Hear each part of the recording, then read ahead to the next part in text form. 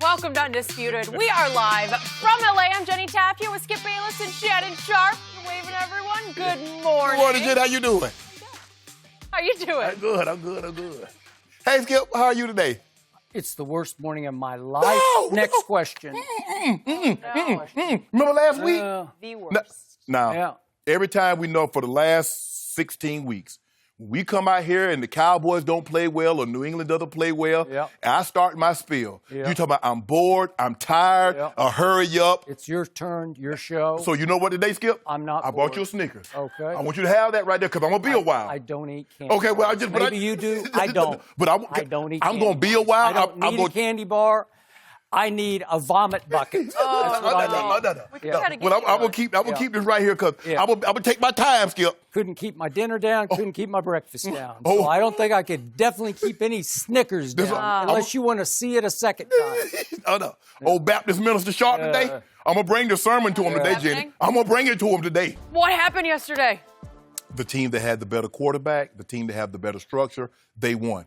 Now, you see, therein lies the main problem for the Dallas Cowboys. Those are the very exact words Jerry Jones uttered, Skip, on that Thursday night after Chicago. Remember, he said, I thought we could come up here and get this win against a very good Chicago Bears football team. You see, what happens is the Cowboys want to be contenders. They want people to think of them as contenders, but you got to put the work in. You can't talk about it. Jerry Jones has built these expectations so high. Remember in training camp, Skip, this is the best, talent. Only my Super Bowl teams, I've been around those Super Bowl teams, and this is the kind of talent that he has. So he amped up expectations. And lo and behold, I told you this day was coming, Skip. I'm not going to gloat. This is not my day to gloat. This is not about that. This is not about me. And walking to him. You know the Eagles, they use that now, Skip, in their moniker. They call that man walk it to him. This is why talent evaluators, I told you, and everybody keeps telling you, this is why talent evaluators say Carson Wentz is a better quarterback than Dak Prescott.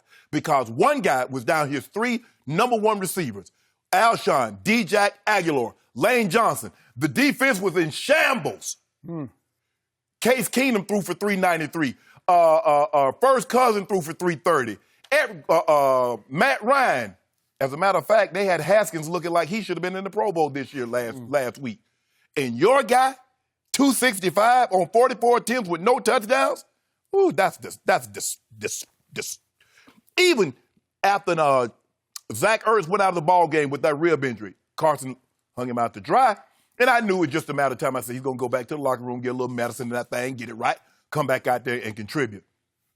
Skip, Jerry Jones is very disappointed for the simple fact is, and I said this, the Cowboys, if you can't beat this battered up, this banged up Eagles team, you do not deserve to win a game. You're not worthy of the playoffs. And for Wentz to go out there 31 or 40, and somehow, Jenny, he only got a 61 QBR. That's ridiculous. That's disgusting. But I know somebody that had one worse than that. But anyway, Skip, your guy was terrible. No excuses. I don't want to hear nothing about no shoulder because they let that cat out of the bag. I don't want to hear anything about that. I don't want to hear anything about drops. I want to play, because I don't normally do this because I hate, because people watch the game. But I'm going to show you. Because what they did, they kept flashing up signs yesterday because I didn't hear what they were saying. Oh, the receivers have this many drops. But how many I need them to start putting Fox. I need you guys. I'm talking to Fox, my network. I need you guys to put up terrible throws by the quarterback, just like you highlight and try to make it look like the quarter. But watch this throw right here. Now, if Dak Prescott hits Michael Gallup, he's going to hit his head on the goalpost. Now, is that a good throw, Skip Bayless? What about this one right here? Woo! Sailed it. Come on, keep it going. Ooh, I love this right here. Now, these are not repeats, ladies and gentlemen at home. Look at this. Amari is wide open. He's just frustrated. Now, look at this. I can make that throw. Oh, my goodness. And that guy wants $40 million. He's the most accurate. He's the most criticized, most scrutinized. I don't know. I get sick of listening to people talk about that. This is why that Carson Wentz is thought of and will always be thought of as a better quarterback. Your guy has all his weapons. Everybody was there, and he didn't get it done. Walk it to him. It was his day. They deserved it. From top to bottom, they got a better quarterback. They're a better coach. Their organization structure is a lot better. And the Eagles are flying, and you sad, and I love it. You're going to cry when we leave the air. Tell me when you're finished. Hey, Your turn. Are you finished? I don't want to be interrupted No, when I I ain't start. going to interrupt you. I'm good. My turn. Thank you very much. Skip. I am so glad this season is over because I am so sick and tired of watching the underachieving nightmare that the 2019 Dallas Cowboys were. They were favored in 14 of their 15 games they have played to date. 14 of 15 times Vegas said they're the favorite. They're now 7-8. For me, it was one long vomit ride. It took 9 years off the end of my life trying to figure out what was wrong with this team. And yet, I'm hoping the only metallic silver lining is, please, merciful God, tell me it's the end of the Jason Garrett era. I have seen enough, and I'm going to say it one more time. I called for his job after his second full season, 2012, in which he went 8 for 8 and lost a second straight year of losing a division-deciding game in December. He's now lost 4 in 9 years, division-deciding games in December. He should have been gone a long time ago, and I blame only one man for keeping him afloat, his puppet. Jerry Jones, the puppet master, is responsible for all of the above. Once again, my team came out flat and lifeless at kickoff.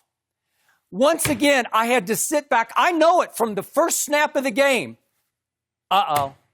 Here we go again. Another disaster. They gave up 125 Eagles yards in the first 2 Eagles possessions and fell right behind, as they often do, 10-0.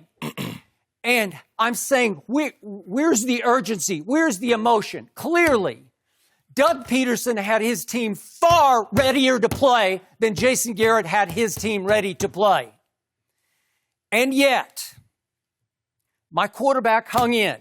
And I don't care what you say, my quarterback, before the biggest game of the year, could not practice all last week because he had a banged-up shoulder that required a cortisone shot on Thursday and pain-killing injections before the game and at halftime yesterday.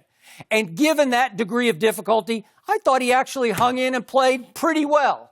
Not great. He missed several throws. He missed Tavon Austin late, but he also made a whole bunch of other throws that kept him afloat, including 4 straight at the end of the half that set up the field goal that cut it to 10-6. And guess what, boys and girls?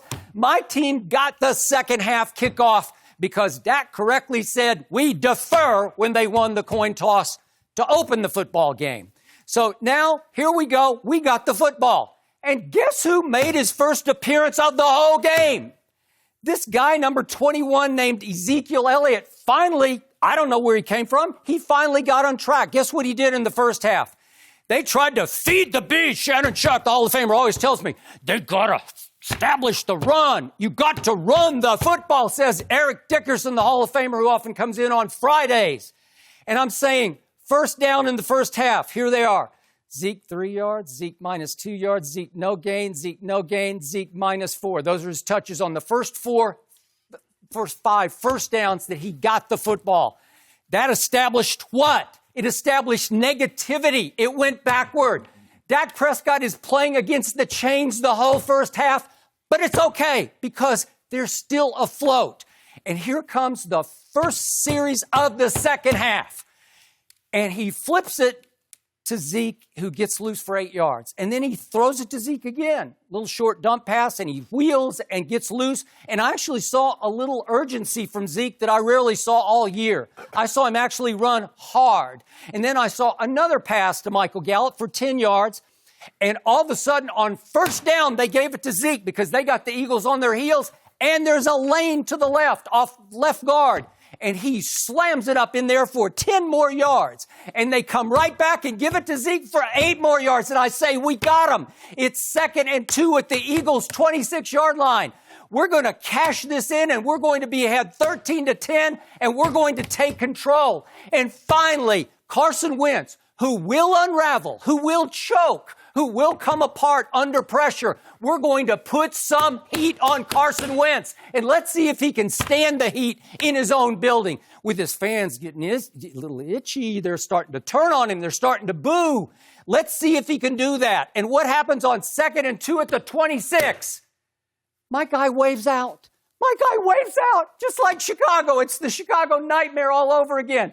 Zeke waves out. Take me out, coach. Oh, we ain't going to talk about this. Take me out. It's my turn. It is. You told me it was my turn. You can talk all that you want to, yell and scream. You lost. It is my turn. You lost the game. It's my turn. Take as long as you want. You're still lost. My $50 guaranteed million running back. He got it all. He is by far the highest paid running back in pro football. He waves out, just like Chicago. What are you doing? Did Jim Brown ever wave out of any game in his life? Did our man Eric Dickerson, who I consider the greatest running back, ever wave out? Did Walter Payton? Did Emmitt Smith? I could go on. Did anybody ever wave out? Any great player? Ezekiel Elliott is not a great player. He got his money and he shifted it into neutral, into cruise control. And all of a sudden, here comes Tony Pollard, the rookie. He's cold as ice. It's getting colder. It's getting dark and cold. And he runs into the game. Wait a second. I got to do this at second and 2. And they give it to him up the middle for 1 yard. Now it's 3rd and 1, and they run some little trick option play, some quick pitch. It's not even really an option. It's just a quick pitch to the perimeter. Here it is. And they play it. Philly played it great. He runs back up into the middle, and he's not warmed up, and he loses the football. So not only do they not get the 10-9 field goal, they get nothing. That's it. That was the end of my Dallas Cowboys as I knew and tried to love them all year long. I thought this was a Super Bowl team, and that was the end of my Cowboys as I knew and loved them.